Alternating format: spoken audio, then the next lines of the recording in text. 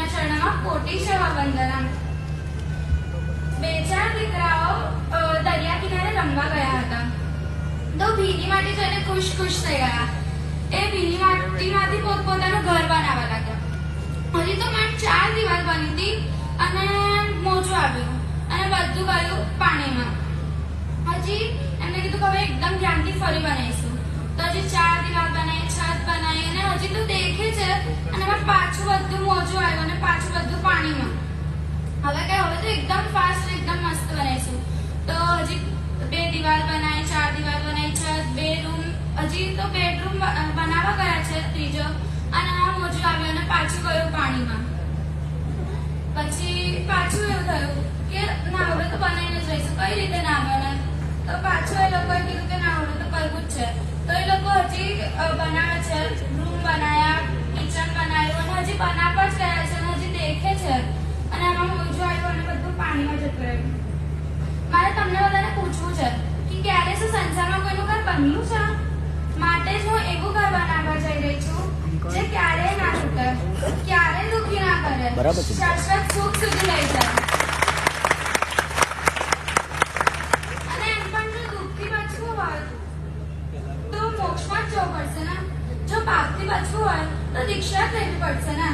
વહેતા પાણીને અટકાવવું શક્ય છે, ચંચળ પારાને પકડી રાખવી શક્ય છે, ચમકતી વીજળીને બાંધી દેવી શક્ય છે, પણ સંસારમાં રહીને સુખી થવું શક્ય જ નથી. સંસારમાં રહીને નિષ્પાપ જીવન જીવવું શક્ય જ નથી. સંસારમાં તમે કેટલાય બંગલા ઉભા કરો પણ છેલ્લે તો બધું પાણીમાં. કેટલાય પૈસાના ઢગલા કરો પણ છેલ્લે તો બધું પાણીમાં. કેટલીય શરીરની સાર સંભાળ કરો પણ છેલ્લે તો બધું પાણીમાં. કેટલું સાચવો પણ છેલ્લે તો બધું પાણીમાં. દીક્ષામાં પર સાથેનું પરનું ઘર્ષણ નથી પણ પરમનું આકર્ષણ છે. આવા શાશ્વત સુખને આપનારા સંયમને બનાવનારા કોણ છે? સદગુરુ, મારી ગુરુમાયા, કે જેમનાથી કે હું આટલા નાના હાથે પણ આ ભવસાગર રૂપી મોટો દરિયો તરવાની છું. જેમના પ્રતાપે હું આટલા નાના પગે પણ આટલા લાંબા વિહારો કરીશ. જેમના થકી આ અસ્થિર મન પણ સ્વાધ્યાયમાં સ્થિર થશે અને સંયમ યાત્રામાં મસ્ત બનીશ. પણ આવા સદગુરુની ઓળખ કરાવનાર કોઈ હોય ને તો એ મારા માતા પિતા છે. એમના ઉપકારો તો કહું એટલા ઓછા છે. અક્ષરથી વધારવું અશ્રુતિ એના સંસ્કારોનો મોલ નથી. સવારે દીકરા ઉઠે ને એની પહેલા એની સ્કૂલ બેગ અને લંચ બોક્સ તૈયાર રાખનારી તો મમ્મી તમે જોઈ જ હશે. પણ મને એવી માતા મળી છે કે જો હું ઉઠું ને એ પહેલા મારો કટાક્ષું ચલોડો તૈયાર રાખે.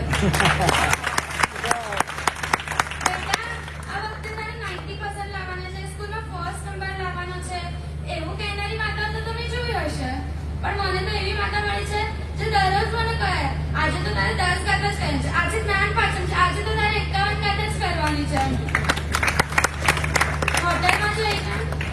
હોટલમાં જઈને નવી ડીશ ખવડાવે એવી માતા તો તમે જોઈ હશે. પણ મને તો એવી માતા મળી છે જે રોજ પરમાત્મા સામે ધર્મમાં નવી મીઠાઈઓના થાળ તૈયાર કરી આપે.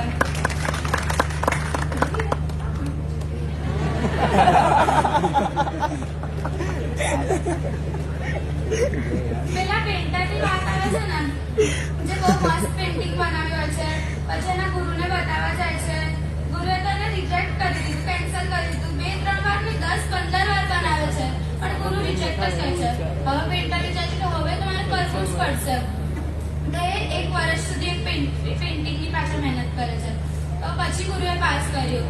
તો ગુરુએ કીધું દેખ્યું કે જો હું તને પહેલા જ હા પાડી દેત ને કે બરાબર છે, પહેલાનું બી સારું જ હતું પણ જો પહેલા જ હા પાડી દેત ને તો તું આટલી મહેનત ના કરત. એવી રીતે આ જો તે મહેનત ના કરી હોત ને તો આજે આ પેન્ટિંગ મારા હાથમાં જ ના હોત. હું પ્રતિકોણ બેઠા કરું તો કે ઉભા કર, ઉભા કરું તો કે આટલી શું જલ્દી છે, થોડું શાંતિથી કર, ધીરે ધીરે કરું તો કે બરાબર વિધિ સહિત કર, અવભાવથી કર. અને ક્યારે પણ એક્ઝિબિસ નથી ચલાવ્યું ને જો ચલાવી લીધું હોય તો કદાચ આજે અહીં સુધી ના પહોંચી હોત. હજુ પણ એમને કહેવું તો એટલું જ છે કે મને સાચી ખુશી તો ત્યારે થશે જ્યારે હું તને શ્રવણ વેશમાં જોઈશ. એટલે સાધુના દર્શન કરાવનારી માતા તો તમે જોઈ હશે, પણ મારી માતા તો એવી છે કે જે પોતાના સંતાનને શ્રવણી વેશમાં દેખવા ઈચ્છે છે.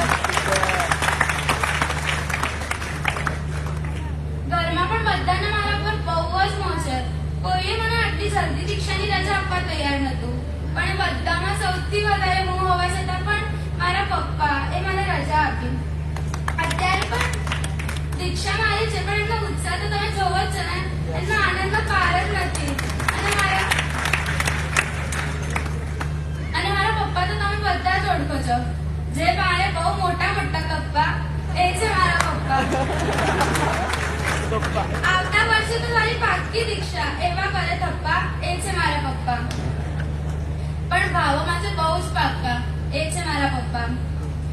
ક્યારે નથી શીખવ્યા સંસારના કક્કા, એ છે મારા પપ્પા. સ્કૂલ નહીં, ગુરુકુલવાસ માટે ખાધા છે બહુ ધક્કા, એવા છે મારા પપ્પા. ચાર દીકરીઓની સોંપી ચારિત્ર મોં બોલાવ્યા છે ભૂક્કા, એવા છે પપ્પા. આજે શાસનમાં વાગે છે જેના ડંકા, એવા છે મારા મમ્મી પપ્પા.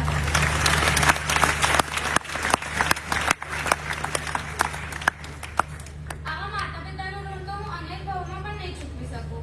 આજે બધા દેખે છે મારે ત્યાગ, પણ મારું અંતર તો એક જ થાય છે, મમ્મી પપ્પા તમારા ત્યાગને ઘણું સલામ છે.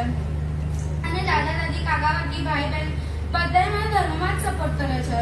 દીદી જીજુને તો શું જ કહું, દીદી જીજુ હંમેશા મારા માટે પોતાના સ્વાર્થને જતો કરે છે. કદાચ પાછળને રહેશે અને કલ્યાણની ગણેશની દીક્ષા થઈ ને ત્યારે એમને હશે કે હજી તો મારી જોડે બીજી 2 બહેનો છે. પછી પાછી ત્યાગ ગણેશની દીક્ષા થઈ, પછી બી એમને થયું કે હા હજી તો શાંતિ છે. અને હવે હું જાઉં છું તો પણ સ્વાર્થ રાખ્યા વગર મને દીક્ષા આપવા તૈયાર થઈ ગયા છે. બસ અંતે તો સૌથી મહત્વનું છે આપ સૌના આશીર્વાદ. આ બધાએ મને અંતરથી ખોવા ભરી ભરીને આશીર્વાદ આપવાના છે.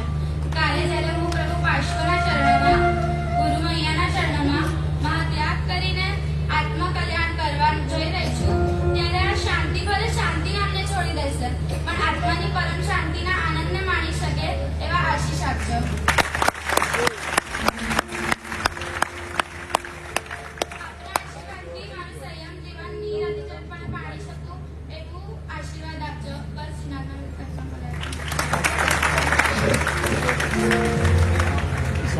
પિતાનો આ પ્રેમ દિલથી કદી એ ભૂલાય ના, એવા કર્યા છે ઉપકાર. માતાની મમતા મુજથી કદી વિસરાય ના, સ્નેહ વરસાવ્યો અનરાધાર.